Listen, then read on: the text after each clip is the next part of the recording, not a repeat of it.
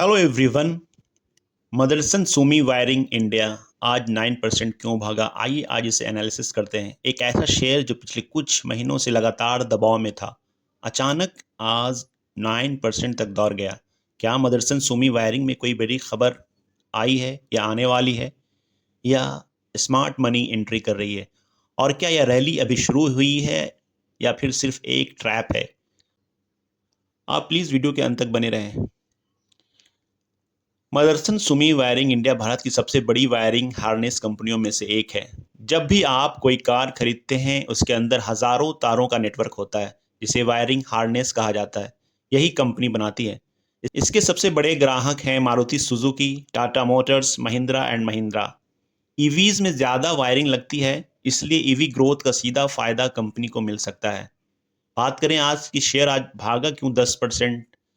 आज मदरसन सुमी वायरिंग करीब 9 से 10% उछला और टॉप गेनर्स में शामिल रहा। शेयर में तेजी की सबसे बड़ी वजह कंपनी की इन्वेस्टर मीटिंग को लेकर बढ़ी हुई पॉजिटिविटी बताई जा रही है। बाजार को उम्मीद है कि मैनेजमेंट आने वाले ऑर्डर्स, कैपेक्स और ग्रोथ प्लान्स पर सकारात्मक संकेत दे सकता है। साथ ही आज पूरा ऑटो सेक्टर भी मजबूत रहा और बाजार में रिस्क ऑन सेंटिमेंट देखने को मिले। निफ्टी में भी अच्छी तेजी थी, जिससे ऑटो एंसिलरी शेयरों में खरीदारी बढ़ी। बात करें फंडामेंटल एनालिसिस की, तो आरओई लगभग 32% और आरओसीई लगभग 39% है। कंपनी अपने कैपिटल की अच्छी खासी यूज़ कर पा रही है। लगभग डेट फ्री बिजनेस, भारत की सबसे बड़ी वायरिंग हार्नेस कंपनियों में से एक। ईवी का एडॉप्शन का सबसे बड़ा फायदा। हालांकि एक चिंता भी है कि कंपनी पीई लगभग 40 से 44 के आसपास है, यानी वैल्यूएशन अभी सस्ता नहीं कहा जा सकता। पिछले कुछ क्वार्टर में कॉपर की बढ़ती कीमतों और मार्जिन प्रेशर का असर भी देखने को मिला था। 52 वीक हाई की बात करें तो 53 टू 54 है, वहीं पे लो की बात करें तो 35.7 है। आज का भाव लगभग 41 से 42 के आसपास रहा, यानी शेयर अभी भी अपने हाई लेवल से लगभग 25% नीचे ट्रेड कर रहा है। इंपॉर्टेंट जोन की बात की जाए तो 38 से 39 रुपए का है, वहीं पे स्ट्रॉन्ग सपोर्ट 36 का है, रेजिस्टेंस 44 से 45, और मेजर रेजिस्टेंट की बात की जाए तो 50 प्लस। अगर शेयर 45 के ऊपर टिक जाता है तो अगला मूव तेज हो सकता है।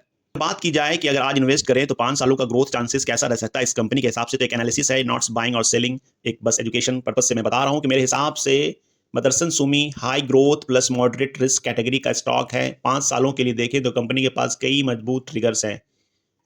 ईवी रेवोल्यूशन में ईवी में सामान्य कारों की तुलना में ज़्यादा वायरिंग हार्नेस लगती है। कंपनी की EV revenue contribution financial year 26 में 6.6% तक पहुंच चुकी है और लगातार ग्रो कर रहा है।